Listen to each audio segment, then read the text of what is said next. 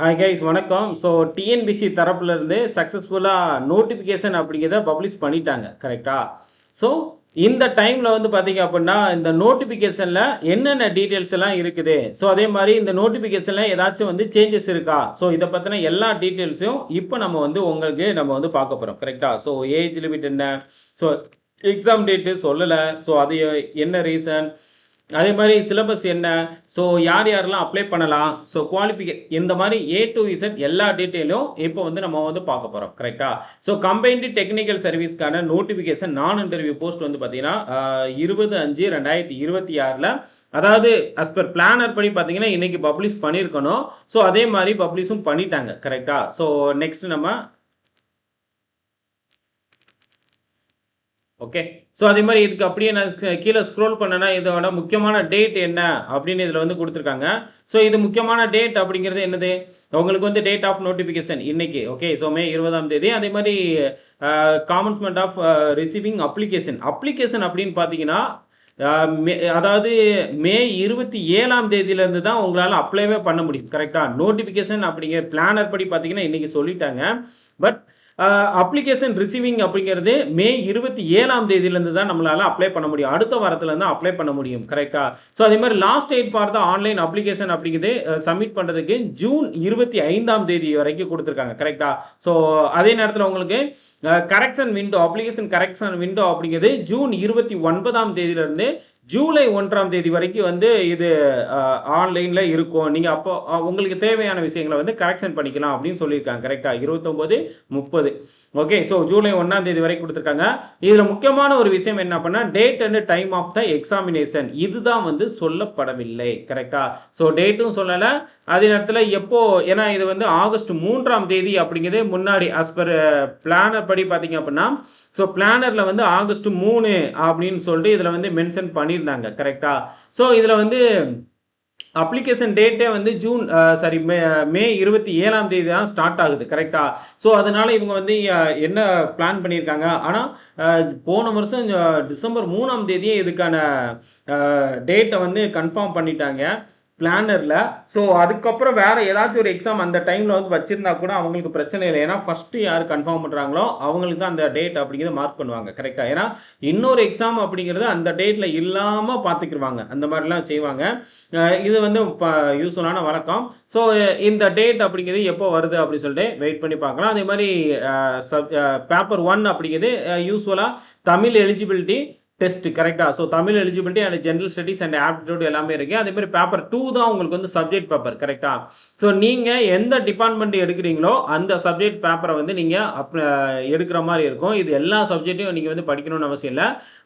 நீங்கள் எந்த for example வந்து நீங்கள் விசுவல் கம்யூனிகேஷன் முடிச்சிருந்தீங்க அப்படின்னா விசுவல் கம்யூனிகேஷன் போஸ்ட்டுக்கு வந்து நீங்கள் எலிஜிபிள். ஸோ அப்போ அந்த போஸ்ட் கோடு 477 இந்த இதை வந்து நீங்கள் யூஸ் பண்ணி நீங்கள் அதை வந்து அப்ளை பண்ணிக்கலாம் கரெக்டா?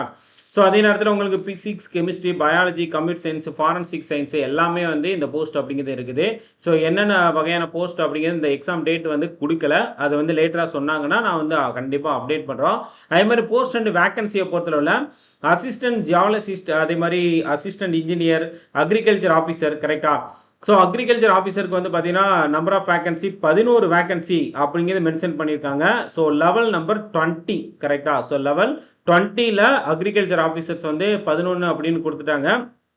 அதேமாதிரி ட்ரக் இன்ஸ்பெக்டர், ஹார்டிகல்ச்சர் ஆஃபீஸர் பார்த்தீங்கன்னா 17 வேக்கன்சி அப்படிங்கிறது கொடுத்துருக்காங்க. ஸோ இதுவுமே வந்து லெவல் 20 கரெக்டாக? ஸோ லெவல் 20 அப்படிங்கிறது நல்ல பேயே இருக்கும். உங்களுக்கு வந்து கிட்டத்தட்ட நியர்லி 60+ வந்து கண்டிப்பாக 65+ வந்து நெட் சேலரி வரும். உங்களுக்கு டேக் ஹோம் அப்படிங்கிறது 60,000 சம்திங் வந்து கண்டிப்பாக வரும். ஸோ அதே மாதிரி உங்களுக்கு வந்து இது லெவல் 20 அப்படிங்கிறது கொடுத்துருக்காங்க கரெக்டாக? அசிஸ்டன்ட் இன்ஜினியர் சிவில், அதே மாதிரி ஜியாலஜிஸ்ட்டு, அதே மாதிரி நிறைய என்விரான்மெண்டல் சயின்டிஸ்ட் நிறைய, ஏன்னா இந்த டெக்னிக்கல் சர்வீஸ் அப்படின்னாலே டெக்னிக்கல் ஓரியன்டாக வர்ற எல்லாமே வந்து உங்களுக்கு இதில் வந்து கொண்டு வந்துடுவாங்க கரெக்டாக? So assistant account officer, assistant manager, assistant engineering, archaeological officer. Okay. So நிறைய டிபார்ட்மெண்ட் வந்து இதில் கொடுத்துருக்காங்க.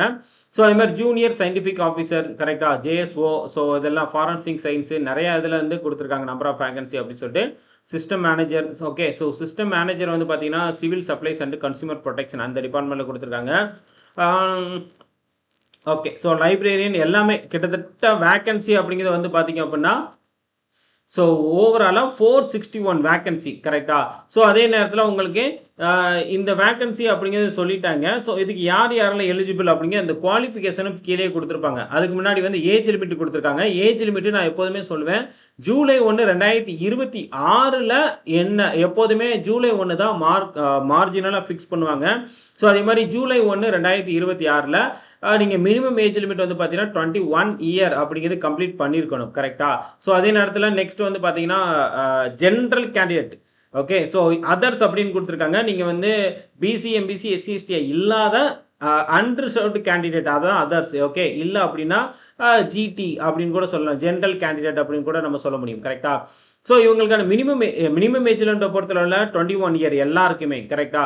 மேக்ஸிமம் ஏஜ் லிமிட் வந்து ஒவ்வொரு போஸ்ட்டுக்குமே வந்து டிஃபரெண்டா இருக்கு. ஸோ அந்த assistant engineering, mechanical department, assistant general manager, regional manager, assistant engineer, environmental scientist இதுக்கெல்லாம் வந்து மேக்ஸிமம் ஏஜ் லிமிட் 32 கரெக்ட். அதே நேரத்தில நீங்க பெர்சன் வித் டிசபிலிட்டியா இருக்கிறீங்க பட்சத்தில மாற்றுத்திறனாளி இருந்தனா 42, எக்ஸ் சர்வீஸ்மேனுக்கு என்ன, விடோ கேண்டிடேட்க்கு 30 இது எல்லாமே வந்து ஜெனரல் கேண்டிடேட்டுக்கு ஒவ்வொரு போஸ்ட்டுக்கும் வேரி ஆகுது கரெக்ட்டா? ஸோ ஒரு சில போஸ்ட்டுக்கு 42 குடுத்துருக்காங்க. ஒரு சில போஸ்ட்டுக்கு 52 வரைக்கும் ஜூனியர் போட்டோகிராஃபருக்கு வந்து பார்த்தீங்கன்னா, 52 வரைக்கும்லாம் குடுத்துருக்காங்க. ஸோ பார்த்துக்கலாம். அதே மாரி அதர்ஸ பொறுத்தளவுல ஓகே. ஸோ அதர்ஸ் இப்ப நம்ம பார்த்தாச்சு. அதே மாரி எஸ்சி, எஸ்டி, பிசி, எம்பிசிய பொறுத்தளவுல என்ன ஏஜ் லிமிட் அப்படின்னு சொல்லி இங்க வந்து மென்ஷன் பண்ணிருக்காங்க. So assistant engineering and environmental சயின்டிஸ்ட்க்கு மட்டும் தான் மேக்ஸிமம் ஏஜ் லிமிட் 37 குடுத்துருக்காங்க. கரெக்ட்டா? அதே மாரி மாற்றுத்திறனாளி இருக்கிற பட்சத்தில 47, எக்ஸ் சர்வீஸ்மேன் 55, விடோ கேண்டிடேட்னா 39. ஆனா மத்த எந்த போஸ்ட்டுக்குமே மேக்ஸிமம் ஏஜ் லிமிட்டே கிடையாது. கரெக்ட்டா? No maximum age limit. No maximum age limit அப்படின்னா எந்த வயசு வரைக்கும் அப்ளை பண்ண முடியும் அப்படின்னு கேட்டீங்கன்னா, 60 வயசு வரைக்கும் உங்களால அப்ளை பண்ண முடியும். கரெக்ட்டா? ஏன்னா கவர்மெண்ட் ரிட்டயர்மெண்ட் ஏஜ் என்னன்னு பார்த்தீங்கன்னா 60 வயசு. அந்த 60 வயசுல ஜூலை 1, 2026ல உங்களுக்கு 60 வயசு கம்ப்ளீட் ஆயிருக்கும். அது வரைக்கும் நீங்க அப்ளை பண்ணிக்க எலிஜிபிள் தான். கரெக்ட்டா? அதே மாரி சப்போர்ட்டிங் டாக்குமெண்ட் என்னென்ன அப்படின்னு இங்க குடுத்துருக்காங்க. நீங்க educational qualification and technical qualification குடுத்துருக்காங்க. ஏன்னா ஒவ்வொரு போஸ்ட்டுக்குமே இது வந்து டிஃபரெண்ட் ஆகும். கரெக்ட்டா? இப்போ வந்து ஜியாலஜிஸ்ட் அப்படின்னு எடுத்துக்கிட்டீங்க அப்படின்னா, master of science degree in geology இது முடிச்சிருக்கணும். அல்லது master of science degree in applied geology கரெக்ட்டா? ஸோ இல்ல அப்படின்னா master of science technology in hydrology of any university இதெல்லாம் நீங்க வந்து அதே மாரி ஜியாலஜிஸ்ட் வந்து பார்த்தீங்கன்னா, எம்எஸ்சி ஜியாலஜி முடிச்சிருக்கணும். அசிஸ்டன்ட் இன்ஜினியரிங், அக்ரிகல்ச்சர் இன்ஜினியரிங்லாம் பார்த்தீங்கன்னா, நீங்க வந்து பிஇல அக்ரிகல்ச்சர் இல்ல அப்படின்னா பிடெக் அக்ரிகல்ச்சர் இன்ஜினியரிங் முடிச்சிருக்கணும். கரெக்ட்டா? அல்லது ஸோ பிஇ மெக்கானிக்கல் இன்ஜினியரிங் முடிச்சிருந்தாலும் இதுக்கு வந்து எலிஜிபிள் அப்படின்னு குடுத்துருக்காங்க. கரெக்ட்டா? So BE mechanical engineering, BE civil, BTech automobile engineering, production engineering, industrial engineering, civil and structural engineering, mechanical and production engineering okay. So இந்த இதில ஏதாச்சும் முடிச்சிருந்தா கூட அ அதாவது இதில என்ன சொல்றாங்க, பார்ட் 2 வந்து எலிஜிபிள் தான். Mechanical, civil, BTech. அக்ரிகல்ச்சர்ல யாருமே கிடைக்காத பட்சத்தில தான் பார்ட் 2வ வந்து நாங்க கன்சிடர் பண்ணுவோம் அப்படின்னு சொல்றாங்க. கரெக்ட்டா? பாருங்க. Candidate possessing the qualification item 2 shall be considered only okay if no candidate with qualification of item number 1. So agriculture இன்ஜினியரிங்ல யாரும் இல்லாத பட்சத்தில தான் மெக்கானிக்கல், சிவில் இவங்கள எல்லாம் நான் உங்கள கன்சிடர் பண்ணுவோம் அப்படின்னு சொல்லியிருக்காங்க. பட் அதுக்கு வாய்ப்பு இல்ல. ஏன்னா எப்படினாலும் அக்ரிகல்ச்சர்ல கண்டிப்பா அதுக்கான கேண்டிடேட் வந்து இருப்பாங்க. கரெக்ட்டா? ஏன்னா இப்ப நீங்க வந்து 100க்கு 90 மார்க் எடுத்து அக்ரிகல்ச்சர் முடிச்சவங்க 80 மார்க் எடுத்தாங்கன்னா அவங்கள தான் கூப்பிடுவாங்க. ஏன்னா இந்த போஸ்ட் அப்படிங்கிறது அக்ரிகல்ச்சர் ரிலேட்டடா இருக்குது. கரெக்ட்டா? அதே மாரி அக்ரிகல்ச்சர் ஆஃபீசர் எக்ஸ்டென்ஷன் இதுவுமே வந்து bachelor degree in agriculture. So அதே மாரி லைப்ரரியன் இதெல்லாம் குடுத்துருக்காங்க. ஸோ அப்ப என்ன போஸ்ட்டுக்கு வந்து ஸ்பெசிஃபைடா நீங்க அப்ளை பண்றீங்களோ அதுக்கான ரெலவென்ட்டான நீங்க கோர்ஸ் அப்படிங்கிறத வந்து கம்ப்ளீட் பண்ணியிருக்கணும். கரெக்ட்டா? ஸோ இப்போ வந்து ஐடி அப்படின்னா ஆ கம்ப்யூட்டர் சயின்ஸ் இன்ஜினியரிங் அப்படிங்கிறத முடிச்சிருக்கணும். கரெக்ட்டா? ஸோ இன்ஃபர்மேஷன் டெக்னாலஜி இவங்க எல்லாருமே வந்து இதுக்கு எலிஜிபிள் தான். கரெக்ட்டா? overall first class okay so or equivalent cumulative grade point average okay so any of the following subject computer science இல்ல எதுல வேணாலும் நீங்க சப்ஜெக்ட் வந்து முடிச்சிருக்கணும் அப்படின்னு சொன்னா டக் இன்ஸ்பெக்டர் இதெல்லாம் வந்து இருக்கு ஜூனியர் ஆர்காலஜிஸ்ட் ஸோ நிறையா போஸ்ட் அப்படிங்க கொடுத்துருக்காங்க கிட்டத்தட்ட எத்தனை வகையான போஸ்ட் அப்படின்னு கேட்டிங்க அப்படின்னா ரொம்ப போய்கிட்டே இருக்கு எஸ். ஒரு 45 வகையான போஸ்ட் அப்படிங்கிறது இதில வந்து இருக்குது. நீங்க எந்த போஸ்ட்டுக்கு அப்ளை பண்றீங்களோ, அதுக்கான குவாலிஃபிகேஷன் என்ன அப்படிங்கிறது கிளியரா வந்து பார்த்துட்டு அப்ளை பண்ணிக்கோங்க. ஏன்னா எல்லா போஸ்ட்டுக்குமே வந்து இப்போ குரூப் 1 அப்படின்னா எனி டிகிரி தான். எல்லாமே ஒரே டிகிரி தான். ஒரே மாரி வாங்க அப்படிங்கிற மாரி கரெக்ட்டா? ஆனா இங்க வந்து அப்படி கிடையாது. ஸோ ஒவ்வொரு போஸ்ட்டுக்குமே டிஃபரெண்ட் ஆகுது. கரெக்ட்டா? அதே மாரி மெடிக்கல், பிசிக்கல் ஸ்டாண்டர்ட் அப்படிங்கிறது இங்க வந்து குடுத்துருக்காங்க. ஸோ இந்த பிசிக்கல் ஸ்டாண்டர்ட்ஸ் வந்து பார்த்தீங்கன்னா, ஒவ்வொரு போஸ்ட்டுக்கும் டிஃபரெண்ட் ஆகுது. அதையும் வந்து செக் பண்ணிக்கோங்க. அப்புறம் வந்து பிளான் ஆஃப் த எக்ஸாம் கரெக்ட்டா? ஸோ இந்த எக்ஸாம் அப்படின்னு பார்த்தீங்கன்னா, சிங்கிள் ஸ்டேஜ் எக்ஸாம் கரெக்ட்டா?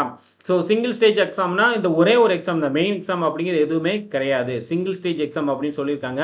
அதே மாரி உங்களுக்கு சர்டிஃபிகேட் வெரிஃபிகேஷன பொறுத்தளவுல 1:3 ஆர் 1:2 கரெக்ட்டா? இந்த 1:2 அப்படிங்கிறது யூசுவலா கூப்பிடுறது ஒருவேளை கடைசி மார்க்ல வந்து எத்தனை பேர் இருக்காங்களோ அத்தனை பேரையும் கால்ஃபர் பண்ணுவாங்க. அப்ப அது வந்து 1:2.5 கூட போகலாம். 1:3 கூட போகலாம். கரெக்ட்டா? அத வந்து இங்க வந்து மென்ஷன் பண்ணியிருக்காங்க சர்டிஃபிகேட் வெரிஃபிகேஷனுக்கு. அப்ப இது வந்து சிங்கிள் ஸ்டேஜ் எக்ஸாம் தான். கரெக்ட்டா? அதே நேரத்துல இது வந்து 2 பேப்பர். ஓகே. ஸோ ரேங்க பொறுத்தளவுல எத கன்சிடர் பண்ணுவாங்கன்னா 2 பேப்பரு. பேப்பர் 2 வந்து ஃபுல்லா ரேங்க்ல வந்து கன்சிடர் பண்ணுவாங்க சப்ஜெக்ட் பேப்பர. பேப்பர் 1 வந்துல தமிழ் எலிஜிபிலிட்டியை கன்சிடர் பண்ண மாட்டாங்க. கரெக்ட்டா? Part B and part C of the paper 1. Okay. அதாவது ஆப்டிட்யூட் அண்ட் ஜிஎஸ் பேப்பர் இருக்கு பார்த்தீங்களா? 170 சாரி 100 கொஸ்டின். அத மட்டும் தான் இத வந்து கன்சிடர் பண்றாங்க. கரெக்ட்டா? அதே மாரி height. So physical fitness of the post of assistant superintendent of approved schools. கரெக்ட்டா? ஒரு சில ஸ்கூலுக்கு மட்டும் அசிஸ்டன்ட் சூப்பரிண்டென்ட் அப்படிங்கிற போஸ்ட் வந்து இருக்குது. அதுக்கு என்ன ஹைட் இருக்கணும் மினிமம் அப்படின்னு அதையும் வந்து குடுத்துருக்காங்க. ஸோ ஸ்கீம் ஆஃப் எக்ஸாம பொறுத்தளவுல உங்களுக்கு வந்து ஃபர்ஸ்ட் பேப்பர் அப்படிங்கிறது ஓஎம்ஆர் பேஸ்ல குடுத்துருக்காங்க. கரெக்ட்டா? இதுல வந்து தமிழ் எலிஜிபிலிட்டிய மட்டும் உங்களுக்கு கன்சிடர் பண்ண மாட்டாங்க. 100 கொஸ்டின். இந்த 100 கொஸ்டின்ல நீங்க மினிமம் 40% எடுத்தாலே பாஸ். கரெக்ட்டா? ஸோ இத நீங்க பாஸ் பண்ணா தான் மத்த பேப்பர வந்து வேலிட் பண்ணுவாங்க. இதுல பார்ட் பி ஜெனரல் ஸ்டடீஸே கன்சிடர் பண்ணுவாங்க. பார்ட் சி ஆப்டிட்யூட வந்து கன்சிடர் பண்ணுவாங்க. பார்ட் 2 பேப்பர் 2ல இருக்கிற சப்ஜெக்ட் பேப்பர இத வந்து கன்சிடர் பண்ணுவாங்க. கரெக்ட்டா? ஸோ அதே மாரி பேப்பர் 1 அண்ட் 2ல வந்து பார்ட் பி, சி இதுல பேப்பர் 1ல தமிழ் எலிஜிபிலிட்டிய நீங்க ஜஸ்ட் குவாலிஃபையிங் நேச்சர் மட்டும் தான். அத வந்து ஃபைனல் ரேங்க் லிஸ்ட்ல கன்சிடர் பண்ண மாட்டாங்க. அதே நேரத்துல உங்களுக்கு வந்து பார்ட் பி, பார்ட் சி அதே நேரத்துல பேப்பர் 2 வந்து ஃபுல்லாவே ரேங்கிங்ல கன்சிடர் பண்ணுவாங்க. கரெக்ட்டா? ஸோ இது ஓவரால் ரேங்க் வந்து பார்த்தீங்கன்னா 450 மார்க். ஓகே. முக்கியமா வந்து பார்த்தீங்கன்னா இந்த எக்ஸாம் வந்து ஃபர்ஸ்ட் பேப்பர் வந்து ஓஎம்ஆர் பேஸ்ல குடுத்துருக்காங்க. ஆனா செகண்ட் பேப்பர் வந்து பார்த்தீங்கன்னா சப்ஜெக்ட் பேப்பர் வந்து சிபிடி மோட்ல தான் குடுத்துருக்காங்க. Okay. So computer based test தான். ஸோ அதுக்கான எக்ஸாம் டேட் வந்து இனிமே தான் அனௌன்ஸ்மென்ட் பண்ணுவாங்க. ஸோ பார்ப்போம். ஸோ அதே நேரத்துல பேப்பர் 2 சப்ஜெக்ட் பேப்பர் நீங்க என்ன சப்ஜெக்ட் எடுக்கிறீங்களோ அத பொறுத்து இங்க வந்து பார்த்தீங்கன்னா கொஸ்டின் பேப்பர் எந்த மாடல்ல செட் பண்ணியிருப்போம் அப்படின்னு சொல்லிட்டு அதையும் வந்து குடுத்துருக்காங்க. கிளியரா எல்லாமே பக்காவா கிளியரா குடுத்துருக்காங்க. கரெக்ட்டா? ஸோ அதே மாரி வந்து உங்களுக்கு டிரான்ஸ்லேட்டர் போஸ்ட் அதுக்குமே வந்து இங்க ஸ்கீம் ஆஃப் எக்ஸாம் அப்படின்னு நீங்க வந்து குடுத்துருக்காங்க. கரெக்ட்டா? சேம் தான். பேப்பர் 1 அப்படிங்கிறது உங்களுக்கு சேம். பேப்பர் 2 அப்படிங்கிறது subject paper. Okay. So translation. Okay. So அத வந்து இங்க வந்து குடுத்துருக்காங்க. ஸோ அதே மாரி ரிசர்வேஷன் இதுதான். வாட் இஸ் வாட் எல்லாமே வந்து குடுத்தாச்சு.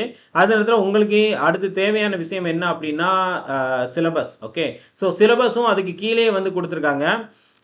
உங்களுக்கு வந்து பெருசா எந்த சேஞ்சஸும் இல்ல. ஸோ ஆல்ரெடி என்ன சிலபஸ் இருந்துச்சோ அதே தான் இங்கேயும் வந்து மென்ஷன் தமிழ் எலிஜிபிலிட்டிக்கு சேம் 10th ஸ்டாண்டர்ட் வரைக்கும் என்ன தரம் குடுத்துருக்காங்களோ அது மட்டும் தான். 10ஆம் வகுப்பு தரம் அப்படின்னு சொல்லிட்டு அதே தான் இங்க வந்து மென்ஷன் பண்ணியிருக்காங்க. ஸோ அதே மாரி உங்களுக்கு வந்து இங்கேயும் கரெக்ட்டா? முடியரசன், தமிழ் ஒலி, உருத்திரங்கண்ணனார்